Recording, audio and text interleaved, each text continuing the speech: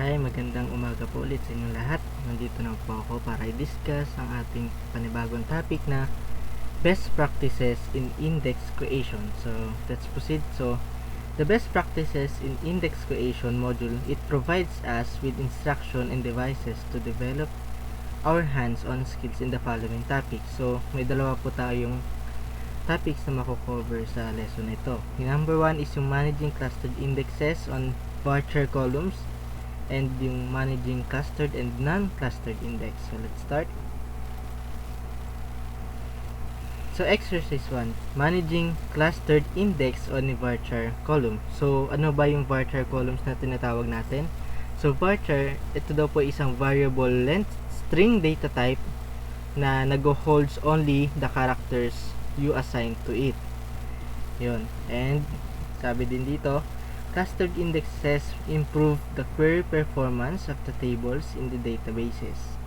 So, it is ideally daw recommended to create clustered index on database tables. So, clustered indexes also help to control table fragmentation. One of the limitation of clustered indexes is that the index column cannot belong to the varchar data type where the data is stored in the row_overflow_data allocation unit. So, sa exercise na to, matututunan natin kung paano mag-manage ng clustered index sa isang varchar column. So, let's proceed sa task 1 natin. We will create clustered index on a varchar column. So, step 1. So, ensure you have powered on the required devices and connect to Club SQL1. Step 2. From the SQL, click Start and click Microsoft SQL Server Management Studio. So, ito po ay paulit-ulit na natin siyang ginagawa sa subject natin na ito. So, medyo familiar na po sa atin kung paano umpisahan ito. So, to connect the server, dialog box appears. So, ito na po. So, from the server type, drop down list, click Databases Engine. So, in the server name, text box, type Lab SQL 01. And then, okay, medyo naglalag pa. 0. So, in the server name, text box, type Lab SQL 01. Yan, and connect. And step 3, the SQL Server Management Studio windows open. So, as you can see on the monitor, ito na po. So, in the Object Explorer, click to expand the databases folder. So, we will expand this. And step 4, to select the database from the list of databases, click AdventureWorks DW 2016 CTP3. So, yan. And to create a new query from the new query ribbon, click New Query. Okay. Yan. And proceed tayo sa step 5, which is, ito na po, lumabas na yung ating new query pane. And, type the following query in the new query pane. So, copy natin ito. Alright. And sabi dito, itong query daw na tinype natin, it creates a new table named dim_product_temp with the records imported from dim_product table. So, to run this query, click or execute, press F5 tayo. And may lumabas na message na 606 rows affected. So, sabi dito, the query is successfully executed. Yes, and the result is displayed na message pane that shows the successful creation of the new table and import data in the new table. So, nagawa po natin. So, proceed tayo sa step 7. So, create tayo ng panibagong query ulit. And type the following.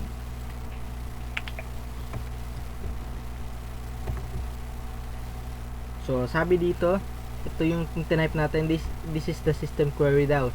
So, in this query, an inner join is created between the system table name, sys at that partitions, and sys.allocation_unit. So, the respective columns daw with data are displayed from the table. So, irarun daw natin itong tinype natin. And yan. Ang sabi dito, the query is successfully executed, so the result set is displayed in the result pane that shows the database on the where clause. So, as you can see po, ito, may mga iba't iba tayong uri dito ng table data. So, step 8, In the Object Explorer, click to expand AdventureWorks DW 2016. Yan. Expand natin to and may makikita tayong tables dito and click natin to. Then hanapin natin yung dim product underscore temp. So ito, nahanap na natin. So to create a new query, create tayo ng panibago ulit. And type the following query in the new query pane. So alter table dim product. So wait lang. Wala nakati. Yan. So yung tinype down natin, ito yung query na nag-add ng column sa data.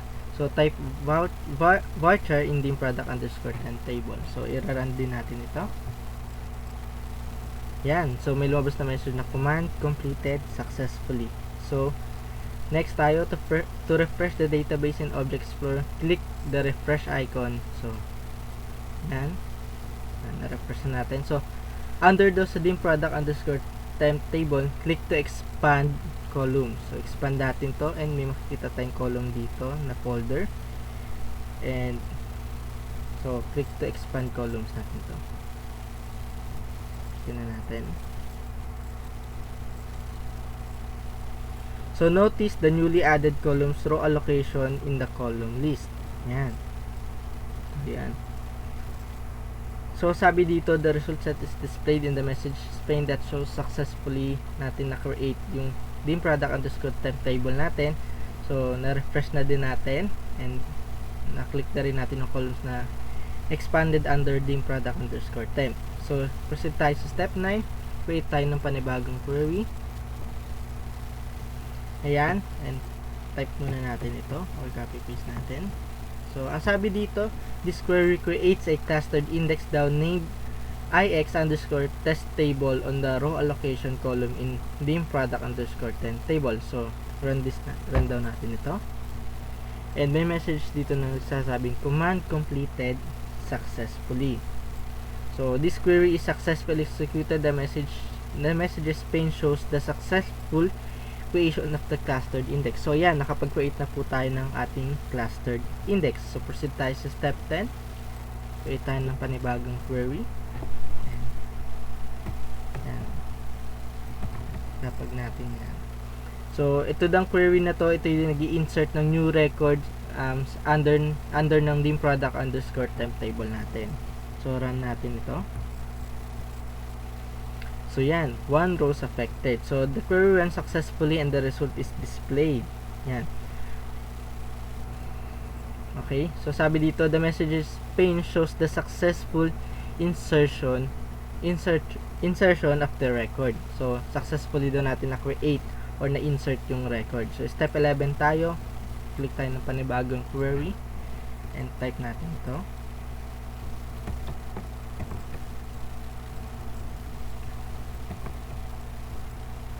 Ayan. So, itong query na to, ito yung nag-a-add ng value sa ating row allocation column in the existing record sa ating dim product underscore temp table. So, run natin ito.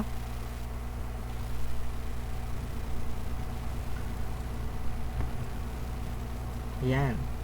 So, the query ran successfully and the result set is displayed. So, sabi din dito, the query is successfully executed. So, the result is displayed in the messages pane natin. Ito yung nagpapakita na success nating na-insert yung value in the row allocation column for the existing record table under sa dim product underscore temp. So, proceed tayo sa step 12. Create tayo ng panibagong query. Ayan. So, ang meaning ng tonight natin, sabi dito, this query drops the clustered index that was created on dim product underscore temp table. So the clause online equals off makes the dim product underscore temp table available for SQL transaction during the index operation. So run natin ulit ito. So command completed successfully. So the query is successfully executed and nakita natin dito sa messages natin. So it shows the successful deletion of the clustered index. Yan. And proceed tayo dito sa managing clustered and non-clustered index. So, ano yung pinagkaiba ng dalawa? Sabi dito, a clustered index is an index which defines the physical order in which table records are stored in a database. So, while a non-clustered naman index is a special type siya ng index na kung saan meron siyang logical order na hindi nagmamatch sa physical stored order from the rows on the list. So, basahin din natin dito. So, sabi dito, there are two ways to work with clustered and non-clustered index in databases tables. So, the first way is to create clustered indexes and then create a multiple clustered index on the table. So, yung pangalawang way naman natin is to create multiple non-clustered indexes and create clustered indexes on the table. And then, magre-rebuild daw tayo ng isa pang non-clustered index. So, out of these two ways, the second way is recommended. So, the practices that can be adapted in a real-time environment. So, yung second way natin, yung pinaka realistic na gamitin sa totoong server natin. So, proceed tayo sa task 1. Task 1, create clustered and non-clustered index and rebuild the non-clustered indexes. So, step 1, create tayo ng panibago nating query.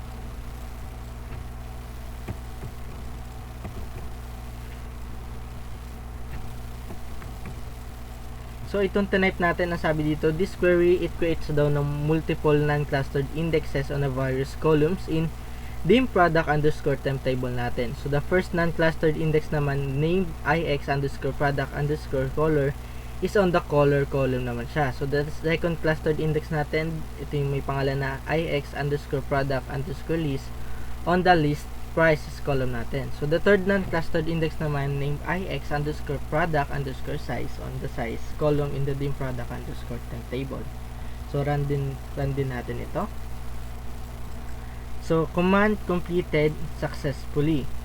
So, ano sabihin nito? So, sabi nito, it shows the successful creation of all non-clustered indexes. So, yung itong tinype natin ito yung nagpapakita ng lahat ng na-create natin sa non-clustered index natin. So, step 2, create tayo na panibagong query. And type natin ito. So, nasa ix underscore test table naman na tayo. So, this query creates a clustered index named ix underscore test table on a row allocation column in dim product underscore temp table. So, run natin ulit. So, command completed successfully. So, ang sabihin niyan, so it shows the successful creation naman sa ating clustered index. Kanina, nakapag-create tayo ng column natin na non-clustered index. Ngayon naman, nagkaroon tayo ng creation sa clustered index. So, sabi dito, the query ran successfully and the result is displayed. Close all the query windows without saving the query. So, step 3, in the Object Explorer under dim product underscore temp table, click to expand indexes. So, balik tayo sa kanina. Ito sa ayan. Expand natin ito. So, notice the 3 non-clustered index and 1 clustered index that you have created. Yan. Wait lang. Indexes. Yan. So, ito yung 3 non-clustered index natin and 1 cluster index that we have created kanina. So, step 4 tayo, create tayo ng panibago nating query. Pasensya na po at medyo naglalag. So, copy natin ito. So, this query daw, it rebuilds one of the non-clustered indexes on under pa rin siya ng ating dim product underscore temp table. So, run natin ito. F5 and command completed successfully. So, ibig sabihin nito, the query is successfully executed and the result is displayed sa ating messages pane. It shows na successful nating na-rebuild ang isang non-clustered index. So, step 5 tayo. Kaya tayo ng panibagong query. And, ayan. Type natin ito. So, ang sabihin nito, this query daw, it reveals all the non-clustered indexes on dim product underscore temp table. So the sort underscore int underscore temp pdb option is off by the default. So in this query daw, it is set to on and specifies whether to store the sorted result in temp pdb databases. So that statistic underscore nor compute option is set to off by default. So in this query daw, it is set to on. So outdated data statistics are non-automatically recomputed. So run natin ito. So command completed successfully. Ibig sabihin, it shows the successful rebuild of the non-clustered index. Okay, so nagawa natin. So yun lang, natapos na po natin. So nakagawa tayo ng una ng managing clustered index on a varchar column. Pangalawa, nakapag-manage tayo ng clustered and non-clustered indexes. So thank you very much for listening.